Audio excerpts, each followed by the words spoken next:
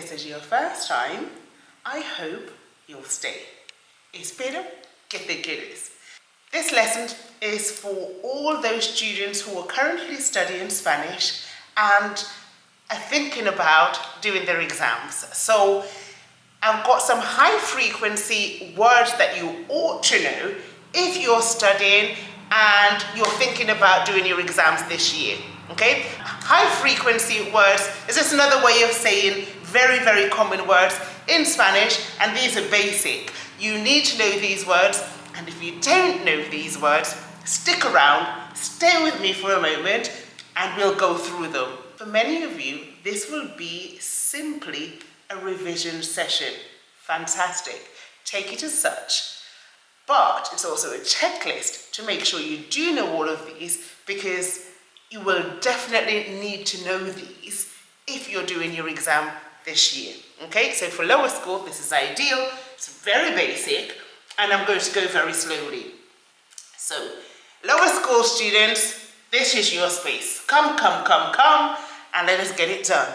Okay, so as usual, if you've been on this channel before, you would have noticed that I tend to work in sections. I normally start with verbs, then go on to adjectives, expressions, and so on.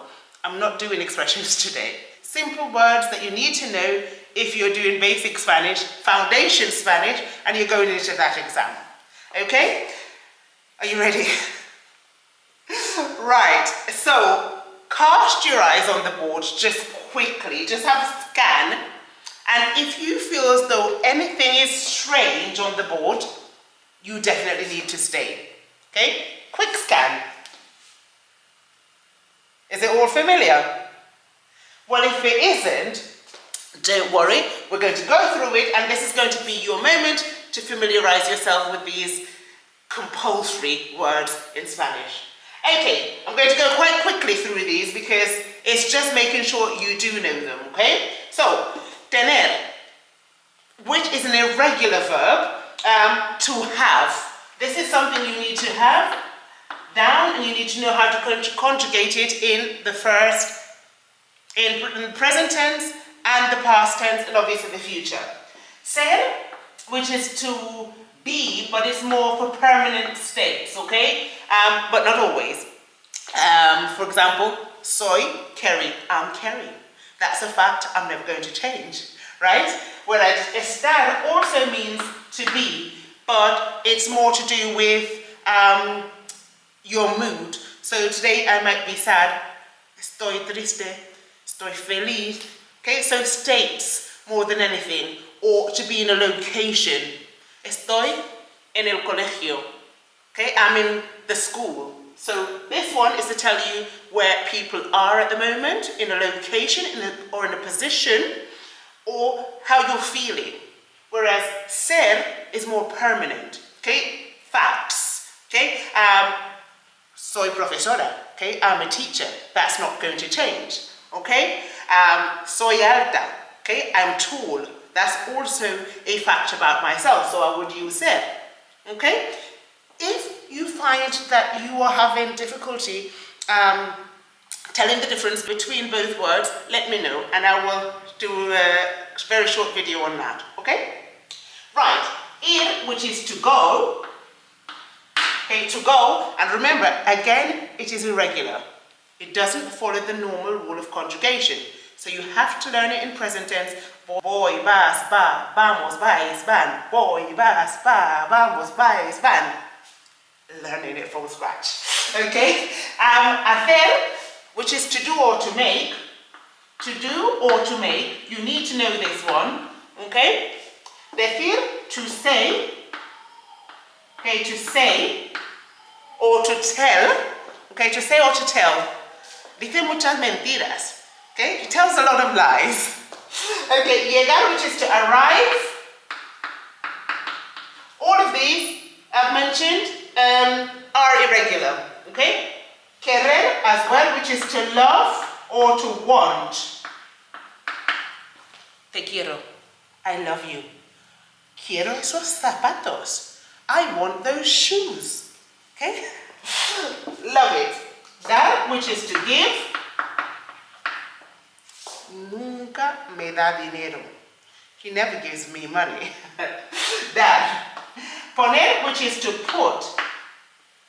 To put. Okay, poner. Ponlo aquí. Put it there. Pon. Poner. Which as well is irregular. All of these are irregular verbs, okay? All of these so far. Next, we'll go over to deber, which is should. Okay, it tells you about obligation. It is to be your duty. Deber. It's my duty to do something. I should do something. Okay, duty. Okay, so should. It's not a normal verb. Okay. It's a verb that shows obligation. I should do this. I shouldn't do this. I ought to. Okay? So ought to. Okay? So it's one of those helping words. Okay? I ought to do something. It needs to be accompanied by something. Okay? So should, ought to, that verb. Okay, pasar, which is to either spend, so to spend time. Paso mucho tiempo en mi casa. I spent a lot of time in my house. Pasar, to spend, or to pass as well. Okay? Next one is ver, to see. Te veo. Yo te veo. I see you. Key. Okay, saber, which is to know. No lo sé. I don't know. Or ya lo sé. I know. Yeah? To know. Also irregular. Aprender, to learn, which is what we're doing every day we go to school. To learn. Okay, learn. And our favorite, to like, gustar. Me gusta viajar. I like to travel. Gustar. A ver, to have. So not have like I have lots of children. No. A ver, like there is something. Okay. Like you've seen this a lot, and when you've seen places in town. Hay un centro comercial. So there is a shopping center. It comes from this verb. Okay. So to have. It has a shopping center. Okay. Hay mucha gente. There are lots of people. So it can be translated to there is or there are in the present I, H-A-Y, this verb, but it means to have. Okay? Fantastic. Parecer is to either look like. Pareces mucho a tu madre. You look like your mother, or seem. I have no space here, guys. I have no space here. Parece. Parece interesante. It seems interesting. Okay? You need to know these. Dejar, which is to leave. Déjalo ahí. Leave it there. Leave it there. Important. And obviously, what we're doing now, hablar, which is to speak. Okay? What I'd like for you to do is, out of 20 of the verbs, I want you to jot down how many you got right out of 20. Okay? Because if you're getting less than 10, it means that you really need to dedicate a little bit more time studying and making sure that you get the essentials down. Okay? Right. So again, go over these and make sure you know them. Do not walk into that exam if you don't know these words. So prior to the exam, make sure you're comfortable with these. Not only do you recognize them and know how to use them, but also how to conjugate them in the present, the past, and the future. Okay? Minimum. That is minimum. And of course, I've explained this to you with the adjectives. When you're learning adjectives, learn an adjective and the opposite. You're saving time. So we have bonito, which is pretty, and then we have feo, which is ugly. So we're going to kill two birds with one stone. So pretty, bonito, and feo, which is ugly. Okay, bonito, Qué fea esa casa. That house is so ugly. Ah, qué bonita esta flor. How beautiful this flower. Okay, so why do I always do this, guys? I always jump one. I've just jumped pequeño and grande to go right down to pretty and ugly. I was just dying to say that, right? So go back. So pequeño, small, and grande is obviously big. Okay? So small and large. Small and large. It's a fantastic way to study. You get a classmate to help you out.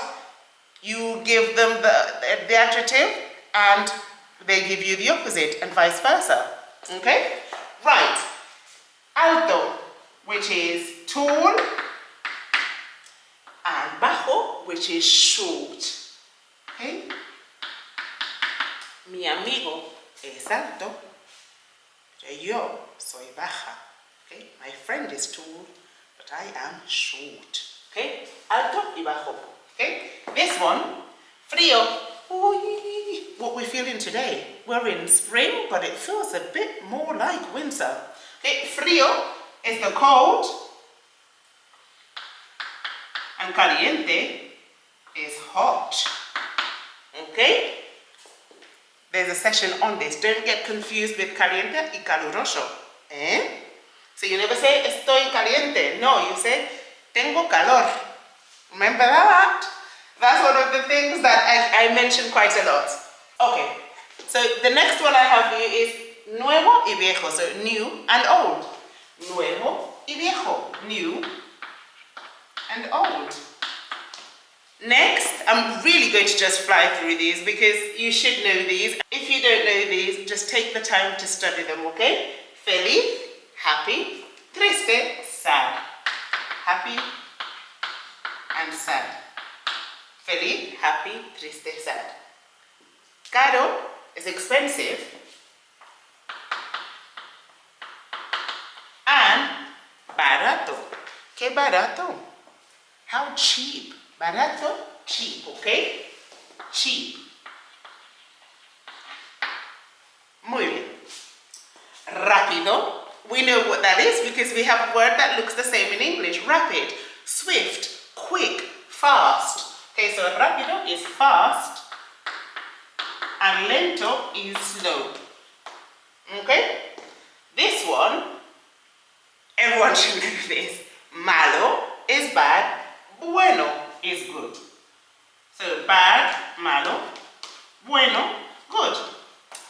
And the last one for us, for our adjectives, which I'm sure you know already, interesante, interesting, and of course, aburrido, which is boring. Okay, so interesting and boring.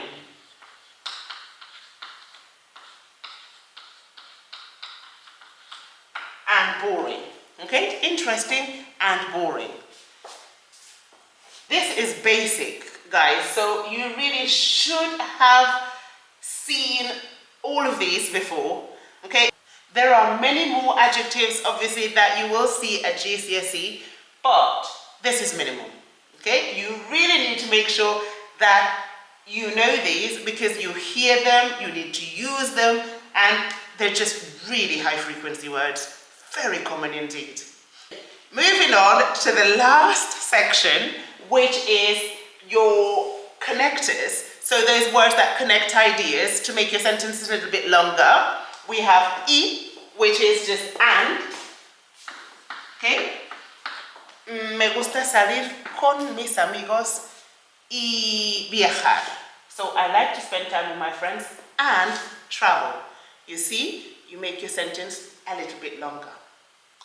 Next, ¿por qué? Okay? Not por qué, asking a question, but por qué, giving a reason. Okay, so because.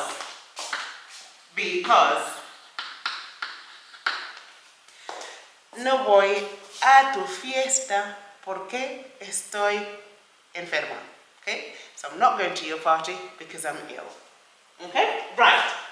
Another one, pero, but. Oh, I just literally wrote it again. I'm sorry. No concentration. But No me gustan las verduras, pero me encantan las frutas. So I don't like vegetables, but I love fruit. Okay. Aunque, and I've forgotten the U. Aunque, although. Hace mucho calor, aunque está lloviendo. Okay? So it's very hot, although it's raining. Okay? And the last one is sin embargo. Sin embargo is almost the same. Nevertheless. Okay? You can change, you can use one or the other. Whichever you find easier to say, okay? Sin embargo. It's although or nevertheless. It's a synonym. Okay? Right. Some of the words that you're going to see time and time again, guys, are these words, because they're articles. El and la. Because every word, every noun in Spanish has an article. So, for example, el árbol, the tree. La silla, the chair. So it just means the, and you will see this word everywhere you look. It's the most common word you will see. Similarly to un and una.